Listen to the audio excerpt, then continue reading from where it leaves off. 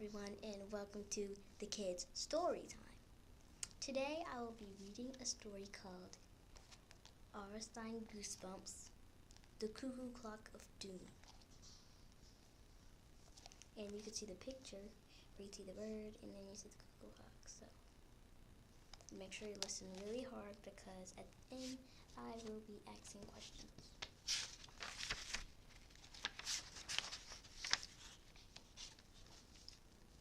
Chapter 1. Michael, your shoe's untied. My sister, Tara, sat on the front steps grinning at me. Another one of her dumb jokes. I'm not an idiot. I knew better than to look down at my shoe. If I did, she'd slap me under the chin or something. I'm not falling for that old trick, I told her. Mom had just called me and the brat inside for dinner. An hour before, she had made us go outside because she couldn't stand our fighting anymore. It was impossible not to fight with Tara. When it comes to stupid tricks, Tara never knows when to quit. I'm not kidding, she insisted. Your shoe's untied. You're going to trip. Knock it off, Tara, I said. I started up the front steps. My left shoe seemed to cling to the cement. I pulled it up with a jerk. Yuck! I stepped on something sticky.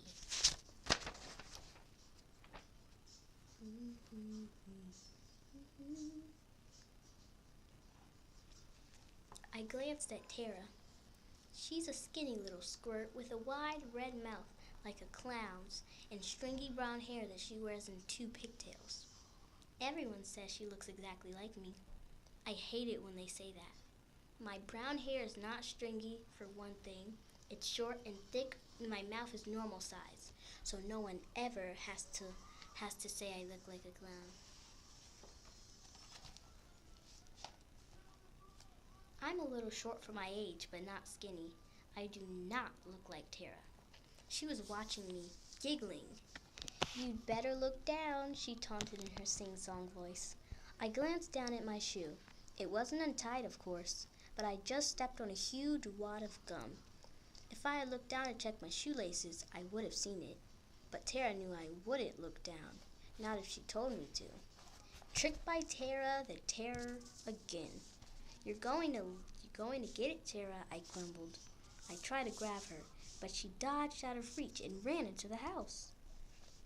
I chased her into the kitchen. She screamed and hid behind my mother. Mom, hide me! Michael's going to get me, she shrieked, as if she were afraid of me. Fat chance. Michael Webster, Mom scolded. Stop chasing your little sister. She glanced at my feet and added, Is that gum on your shoe? Oh, Michael, you're tracking it all over the floor. Tara made me step on it, I whined. Mom frowned. Do you ever expect me to believe that, Michael? You're fibbing again. I am not, I cried. Mom shook her head in disgust. If you're going to tell a lie, Michael, at least make it a good one. Tara peeked out from behind Mom and taunted me. Yeah, Michael.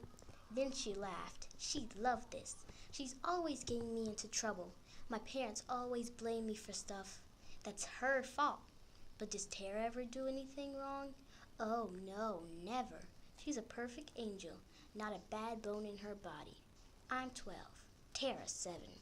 She's made the last 7 years of my life miserable. Too bad I don't remember the first 5 very well. The pre-Tara years. They must have been awesome, quiet and peaceful and fun. I went out to the back porch and scraped the sticky gum off my shoe. I heard the doorbell ring and Dad calling, It's here, I'll get it. Inside, everybody gathered around the front door. 2 men were struggling to carry something heavy into the house, something long and narrow and wrapped with padded gray cloth. Careful, Dad. Careful, Dad warned me. It's very old. Bring it in here. Dad led the delivery guys into the den. They set the thing down on one end and began to unwrap it. It was about as wide as me and maybe a foot taller. What is it? Tara asked. Dad didn't answer right away. He rubbed his hands together in anticipation. Our cat, Bubba, slinked into the room and rubbed against Dad's leg. The gray cloth fell away, and I saw a very fancy old clock. It was mostly black, but painted with lots of silver, gold, and blue designs, and decorated with scrolls, carvings, knobs, and buttons. Well, they're describing it here, but you can see how it looks right in the book. You can see how it looks. You can see how this is coming out of it, an angry bird. Well, it's not a star coming from his mouth. It's just my sister. She stuck them on it. But this is the feathers, and this is the clock that he's talking about. The old clock where it has scrolls and knobs on it. He's talking about blue decorated designs. Okay, so the clock itself had a white face with gold hands and gold Roman numerals. I saw little secret doors hidden under the paint designs, and a big door in the middle of the clock. The delivery guys gathered up the gray padding. Dad gave them some money and they left. "Isn't it great?" Dad gushed. "It's an antique cuckoo clock." It was a bargain. You know that store across from my office? Anthony's Antiques and stuff? We all nodded. "It's been in the shop for 15 years, Dad told us, patting the clock. "Every time I pass Anthony's, I stop and stare at it. I've always loved it. Anthony finally put it on sale." "Cool," Tara said. "But you've been bargaining with Anthony for years, and he's always refused to lower the price," Mom said. "Why now?" Dad's face lit up. "Well, today I went to the shop at lunchtime, and Anthony told me he had discovered a tiny flaw in the clock." "Something wrong with it?" I scanned the clock. "Where?" He wouldn't say. "Do you see anything, kids?" Tara and I began to search the clock for flaws. All the numbers on the face were correct, and both the hands were in place. I didn't see any chips or scratches. I don't see anything wrong with it," Tara said. "Me neither," I added. "Neither do I," Dad agreed. "I don't know what Anthony's talking about." I told him I wanted to buy the clock anyway. He tried to talk me out of it, but I insisted. If the flaw is so tiny we don't even notice it, what difference does it make? Anyway, I really do love this thing. Mom cleared her throat. "I don't know, dear. Do you think it really belongs in the den?" I could tell by her face that she didn't like the clock as much as Dad. So, let's get on with the story. Page 6, almost to page 10. That's when I'm stopping. "Where else could we put it?" Dad asked. "Well, maybe the garage?" Dad laughed. "I get it. You're joking." Mom shook her head. She wasn't joking, but she didn't say anything more. "I think this clock is just what the den needs, honey," Dad added. On the right side of the clock, I saw a little dial. It had a gold face and looked like a miniature clock, but it had only one hand. Tiny numbers were painted in black along the outside of the dial, starting at 1,800 and ending at 3,000. The thin gold hand pointed to one of the numbers, 2003. The hand didn't move. Beneath the dial, a little gold button had been set into the wood. "Don't touch that button, Michael," Dad warned. "This dial tells the current year. The button moves the hand to change the year." "That's kind of silly," Mom said. "Whoever forgets what year it is?" Dad ignored her. See, the clock was built in 1,800 in 1800, where the dial starts. Every year, the pointer moves one notch to show the date. "So why does it stop at 3,000? Tara asked. Dad shrugged. "I don't know. I guess the clockmaker couldn't imagine the year 3,000 would ever come."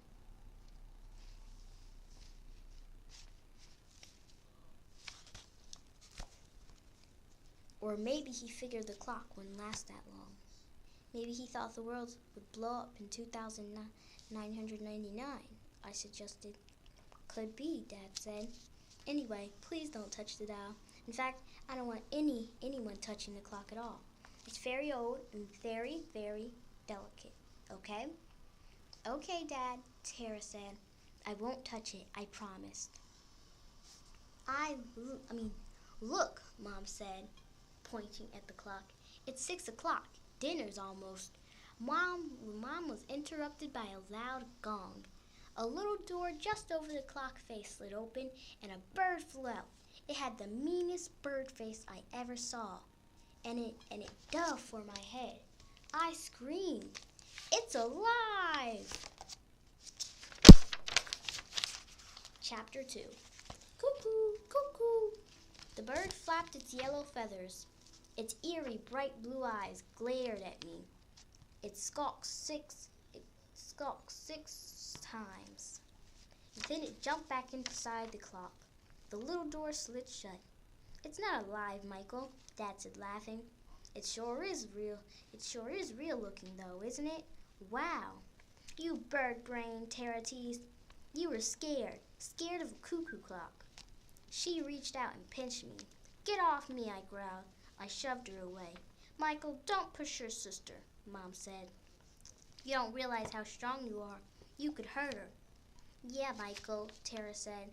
Dad kept admiring the clock. He could hardly take his eyes off it.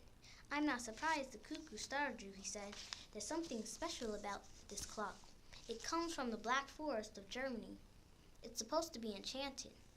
I echoed. "You mean magic? How?" "Legend has it that the man who built this clock had magical powers. He put a spell on the clock. They say if you know the secret, you can use the clock to go back in time." Mom scoffed. "Did Anthony tell you that? What a great way to sell an old clock, claim it has magic powers." Dad wouldn't let her spoil his fun. "You never know," he said. "It could be true. Why not?" "I think it's true," Tara said. "Herman, I wish you wouldn't tell the kids these wild stories," Mom chided. "It's not good for them. It only encourages Michael. He's always making things up, telling fibs and impossible stories. I think he gets it from you." I protested. "I don't make things up. I always tell the truth." "How could Mom say that about me?" "I don't think it hurts the kids to use their imaginations once in a while," Dad said. "Imaginations is one thing," Mom said. "Lies and fibs are something else."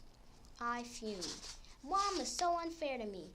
The worst part was the expression of victory on Tara's face. Making me look bad was her mission. In life, I wanted to wipe that smirk off her face forever. "Dinner's almost ready," Mom announced, leaving the den. The cat followed her. "Michael, Tara, go wash up. And remember," Dad warned, "no one touches the clock." "Okay, Dad," I said. Dinner smelled good. I started for the bathroom to wash up. As I passed Tara, she stomped hard on my foot. "Ow!" I yelled. "Michael," Dad barked, "stop making so much noise." "But Dad, Tara stomped on my foot." "It couldn't have hurt that much, Michael. She's a lot smaller than you." My foot throbbed. I limped to the bathroom. Tara followed me. "You're such a baby," she taunted. "Be quiet, Tara. How did I get the worst sister in the world?" We had pasta with broccoli and tomato sauce for dinner. Mom was on a big no-meat, low-fat kick. I didn't mind. Pasta was better than what we had the night before, lentil soup. "You know, honey," Dad complained to Mom, "a hamburger now and then never hurt anybody." Okay, for your nice attention, I will read one more page, an extra page. "I disagree," Mom said. She didn't have to say more. We'd all heard her lectures about meat and fat and chemicals before. Dad covered his pasta with a thick layer of Parmesan cheese. "Maybe the den should be off limits for a while," Dad suggested.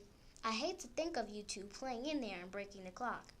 "But Dad, I have to do my homework in the den tonight," I said. "I'm doing a report on transportation in many lands, and I need to use the encyclopedia." "Can't you take it up to your room?" Dad asked. "The whole encyclopedia?" Dad sighed. "No, I guess you can't." "Well, all right, you can use the den tonight." "I need to use the encyclopedia too, Tara announced. "You do not," I snapped. She wanted to hang around the den and bug me, that was all. "I do too. I'm supposed to read about the gold rush." "You're making that up.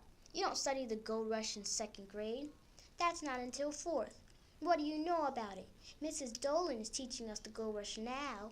Maybe I'm in a smarter class than you were. Okay, guys.